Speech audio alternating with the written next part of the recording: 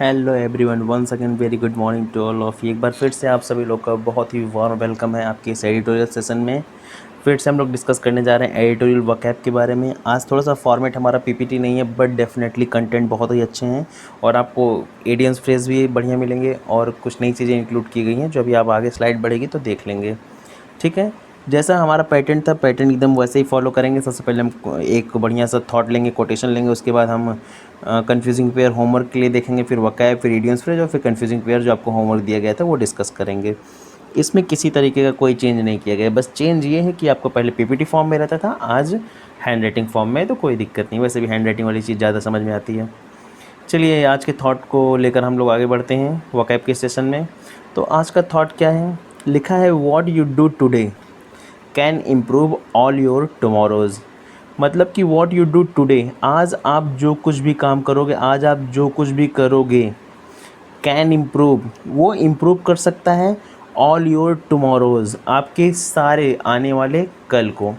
और आज देख रहे होंगे मैं जितने भी थॉट्स लाता हूँ बेसिकली सारे टाइम्स पे ही लाता हूँ, क्योंकि अगर आपके फेवर में टाइम है, अगर आपके पास टाइम है, तो मैं ये कहूँगा कि दुनिया की हर चीज़ आपके साथ है।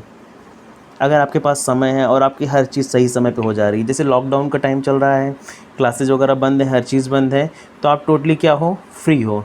और यही एक राइट टाइम है अपने गोल को अचीव करने के लिए, अपनी हर चीज़ को अचीव करने के लिए इतनी मेहनत करो ना।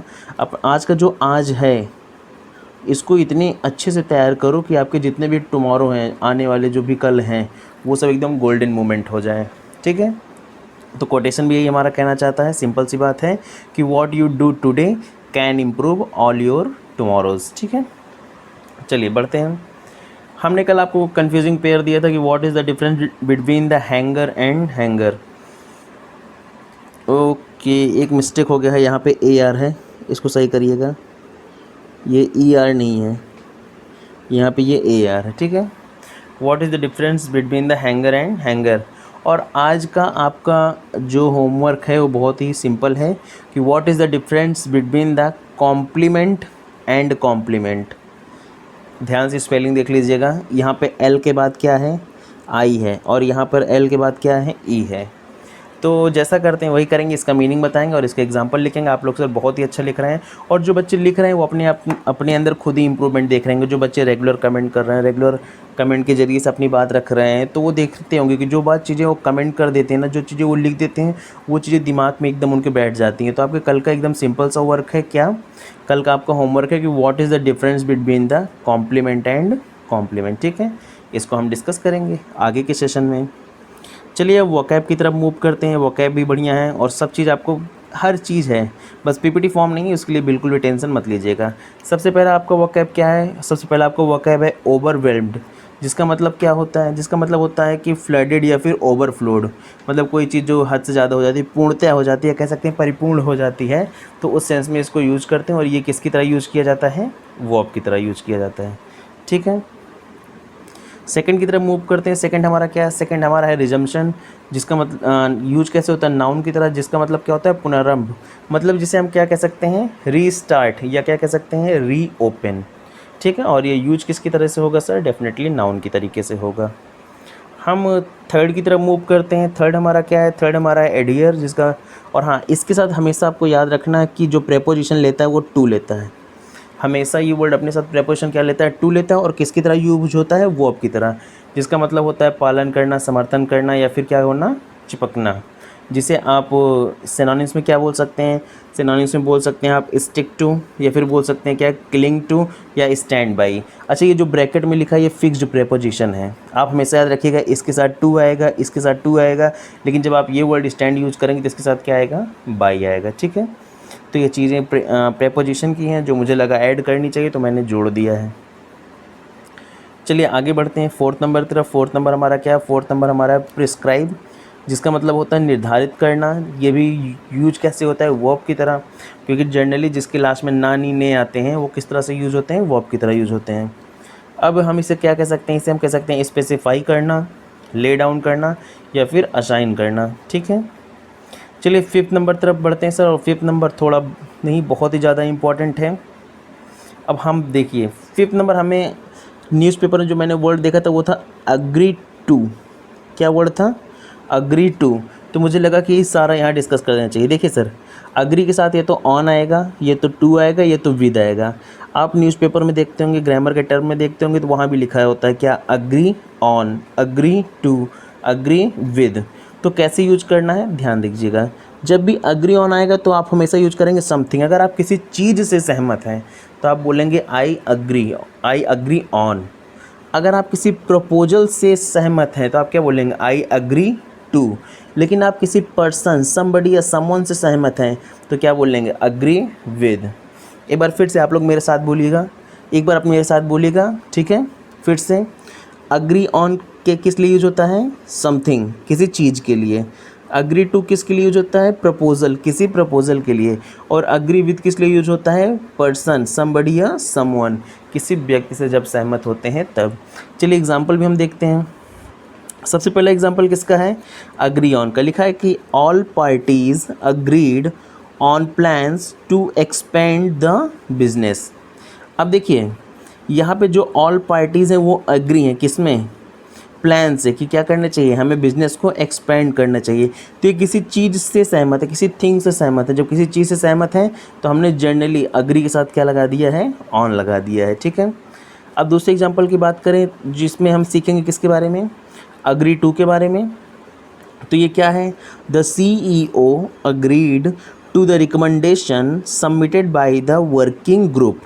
अब देखो जो CEO है ना वो अग्री है किसके द्वारा, जो रिकमेंडेशन सबमिट किया गया किसके द्वारा, ग्रुप के द्वारा। दैट्स मीन कि ये रिकमेंडेशन किया गया, रिकमेंड किया गया, दैट्स मीन एक तरीके से क्या है, ये प्रपोजल है।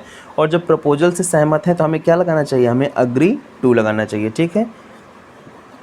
चलिए आगे बढ़ते हैं। अगला हमारा क्या है, अग्री विद।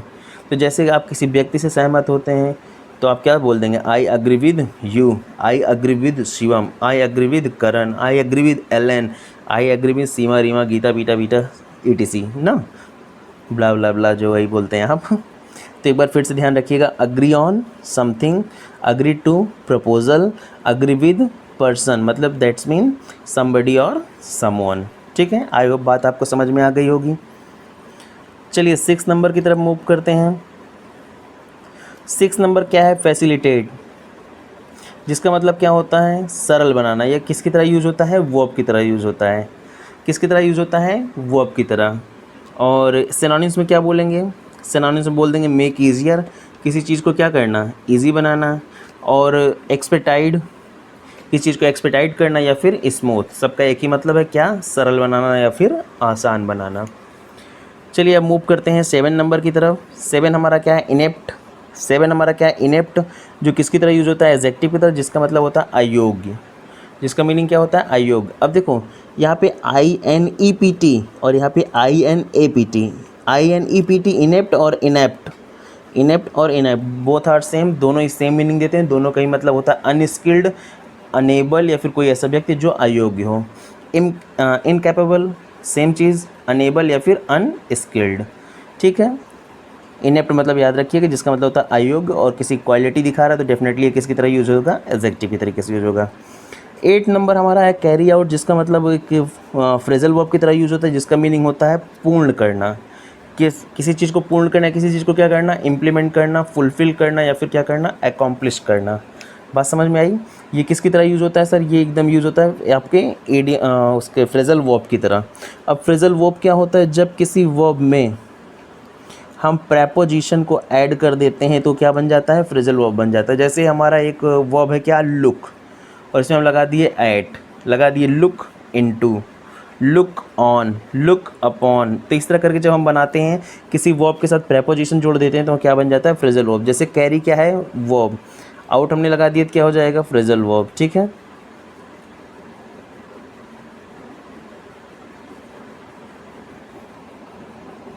चलिए आगे मूव करते हैं। अब हमारा टर्न आ गया है इडियम्स एंड फ्रेज का। सबसे पहला फ्रेज क्या है हमारा, सबसे पहला हमारा यहाँ पे फ्रेज है फूल्स पैराडाइज। सबसे पहला फ्रेज हमारा क्या है, फूल्स पैराडाइज। चलिए इसका मीनिंग देखते हैं। इसका मीनिंग होता है a false sense of happiness और सक्सेस। हैप्पीनेस या सक्सेस का एक फॉल्स सेंस मतलब झूठा सुख, इस तरीके से हम कह सकते हैं। एग्जाम्पल में देखें, लिखा है कि दे were living in a fools paradise, वो लोग फूल्स पैराडाइज में रह रहे हैं, मतलब कि एक झूठे भ्रम में रह रहे हैं। रिफ्यूजिंग टू एक्सेप्ट, रिफ्यूज कर रहे हैं इस चीज़ को एक्सेप्ट करने से, that they were facing poverty, जिसका मतलब हो गया कि वो गरीबी को फेस कर रहे हैं, मतलब कि वो लोग इस चीज़ को डिनाई कर रहे हैं, मना कर रहे हैं, इस भ्रम में जी रहे हैं या फिर इस झूठ में जी रहे हैं। चलिए 10 की तरफ मूव करते हैं। 10 हमारा क्या है, ओपन पेंडोराज बॉक्स। अच्छा, एक पेंडोरा बॉक्स होता है जिसे मतलब कहते हैं आफत का बॉक्स कह सकते हैं या प्रॉब्लम की बॉक्स कह सकते हैं, मीनिंग में भी यही होता है। To find a source of great troubles and problems, मतलब किसी ट्रबल या प्रॉब्लम का सोर्स होना, मतलब कि उसमें कहते हैं आफत की पुड़िया, एग्जैक्ट वर्ड याद आया, आफत की पुड़िया। अब जैसे एग्जाम्पल में देखते हैं, क्या एग्जाम्पल देखते हैं, एग्जाम्पल के थ्रू समझते हैं। एग्जाम्पल में क्या क्या है कि finding the wallet on the road open up Pandora's box, मतलब कि जो वॉलेट रोड पे गिरा हुआ था उसको जब पाया, जो ओपन किया, वो जस्ट लाइक पेंडोराज बॉक्स था। दैट्स मीन कि वो क्या था, सोर्स था प्रॉब्लम का और ट्रबल का। लिखा है आई वॉज अरेस्टेड, मैं अरेस्ट हो गया, फॉर स्टीलिंग, उसको चुराने के लिए, when I went to report it, जब मैं गया इसको रिपोर्ट करने, एट द पुलिस स्टेशन में। मतलब समझ में आया कि किसी बंदे को वॉलेट मिला, कह रहा कि वो वॉलेट तो मुझे मिला, लेकिन जैसे मैंने उस वॉलेट को पाया वो मेरे लिए क्या था, पेंडोराज बॉक्स था। दैट्स मीन आफत की पुड़िया थी, परेशानी मुसीबत की पुतली थी। और जब हो गया कि आई वॉज अरेस्टेड, मैं अरेस्ट हो गया था, फॉर स्टीलिंग, उसको चुराने के लिए, when I went to report it, जब मैं वहाँ पे गया रिपोर्ट करने, एट द पुलिस स्टेशन में। तो बात समझ में आई, ठीक है। 2 फ्रेज हो गए हैं। पहला आपका क्या था, पहला आपका था फूल्स पैराडाइज, जिसका मतलब होता है क्या, a false sense of happiness और सक्सेस। दूसरा क्या है, ओपन पेंडोराज बॉक्स, जिसका मतलब क्या है, to find a source of great troubles and problems. ठीक है, चलिए अब आपको जो होमवर्क गिवन था उसकी तरफ हम लोग मूव करते हैं। होमवर्क क्या गिवन था सर आपको, होमवर्क गिवन था what is the difference between the hanger and hanger. तो चलिए देखते हैं दोनों में डिफरेंस क्या है। ये क्या है, हैंगर, HANGAR, HANGAR, ठीक है। लिखा है कि used for housing airplanes and airships, मतलब कि एक हैंगर होता है जहाँ पे एरोप्लेन्स को रखा जाता है, जिस प्लेस में एक बड़ा सा यार्ड टाइप का होता है उसके अंदर जो रखते हैं, उसके लिए हम ये टर्म यूज करते हैं, क्या, हैंगर। तो क्या लिखा है कि the hanger was large enough, कि हैंगर जो था वो लार्ज इनफ था, टू हाउस एटलीस्ट 6 प्लेन्स, कम से कम 6 प्लेन को रखने के लिए। तो आप हमेशा याद रखिएगा, ये अगर आपके घर में कोई एयरफोर्स वगैरह से होगा, एयरफोर्स सेक्टर में होगा, तो आप उससे पूछेंगे तो वो एकदम ईजिली आपको समझा देगा। एक बड़ा सा यार्ड टाइप का होता है जिसके अंदर हम सारे प्लेन्स को रखते हैं, तो वो क्या कहलाता है, हैंगर कहलाता है। दूसरा क्या है, हैंगर, HANGER, इसका मतलब क्या है, things are hang as a hook, मतलब कि जैसे कि किसी चीज़, कोई हुक घर में होता है ना, लगा देते हैं हम चीज़ों को उसमें रखने के लिए, या फिर एक हैंगर टाइप का होता है जिसमें हम क्या करते हैं, कपड़े को टांगते हैं। तो वही चीज़ कह रहा है कि समथिंग लाइक दैट, जो एक हुक की तरह होता है जहाँ पे कपड़े रखे जाते हैं। एग्जाम्पल में क्या कह रहा है, एग्जाम्पल में कह रहा है कि see neatly arrange her dresses on the hanger, मतलब वो किसी तरीके से अपने ड्रेस को कहाँ पे अरेंज की, हैंगर पे, दैट्स मीन उस हुक पे अरेंज की है। सन में, और हैंगर को दूसरे वर्ड में हम अगर हम बोलेंगे तो क्या बोलेंगे, आपके लैंग्वेज में, अपने घर के लैंग्वेज में अगर बोलेंगे, दैट्स मीन क्या, हैंगर ही होता है यार, जिस पे कपड़े उपड़े टांगे जाते हैं ना, हैंगर ही होता है। चलिए सर, ये हो गया। और आज का होमवर्क आपका क्या है, तो आई होप आपको तो वो पता ही होगा, जो वर्ड्स आपको दिए गए हैं, वर्ड्स नहीं दिए गए हैं, जो आपको कन्फ्यूजिंग पेयर दिया गया है, कौन सा था कन्फ्यूजिंग पेयर, कॉम्प्लीमेंट और कॉम्प्लीमेंट ना। ये देखिए, what is the difference between the complement and compliment. चलिए सर, ये दोनों करके लाइएगा सर, डिटेल में कमेंट करिएगा, जिससे आपको भी तैयार हो जाए और आपको देखकर और भी बच्चे मोटिवेट हो कमेंट करने के लिए, ठीक है। तो अपनी बातें खुल के रखिएगा, डिटेल में रखिएगा, कोई भी प्रॉब्लम होती है तो आप कमेंट करिएगा, मैं उसको रिजॉल्व करूँगा तुरंत, एज सुन एज पॉसिबल। तब तक सर खुश रहिए, मस्त रहिए, व्यस्त रहिए, स्वस्थ रहिए। Thank you so much, keep smiling, keep signing.